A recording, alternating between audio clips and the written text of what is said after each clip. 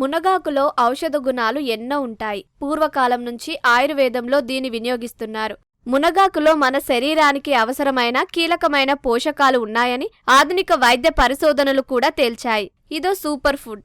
మునగాకులో vitamin A, vitamin C, calcium, iron, protein సహా మరిన్ని పోషకాలు పుష్కలంగా ఉంటాయి. ముఖ్యంగా రక్తహీనతతో బాధపడే వారికి మునగాకులు ఎంతో ఉపయోగపడుతుంది. ఇందులో ఉండే ఐరన్ శరీరంలో హిమోగ్లోబిన్ స్థాయిని పెంచగలదు.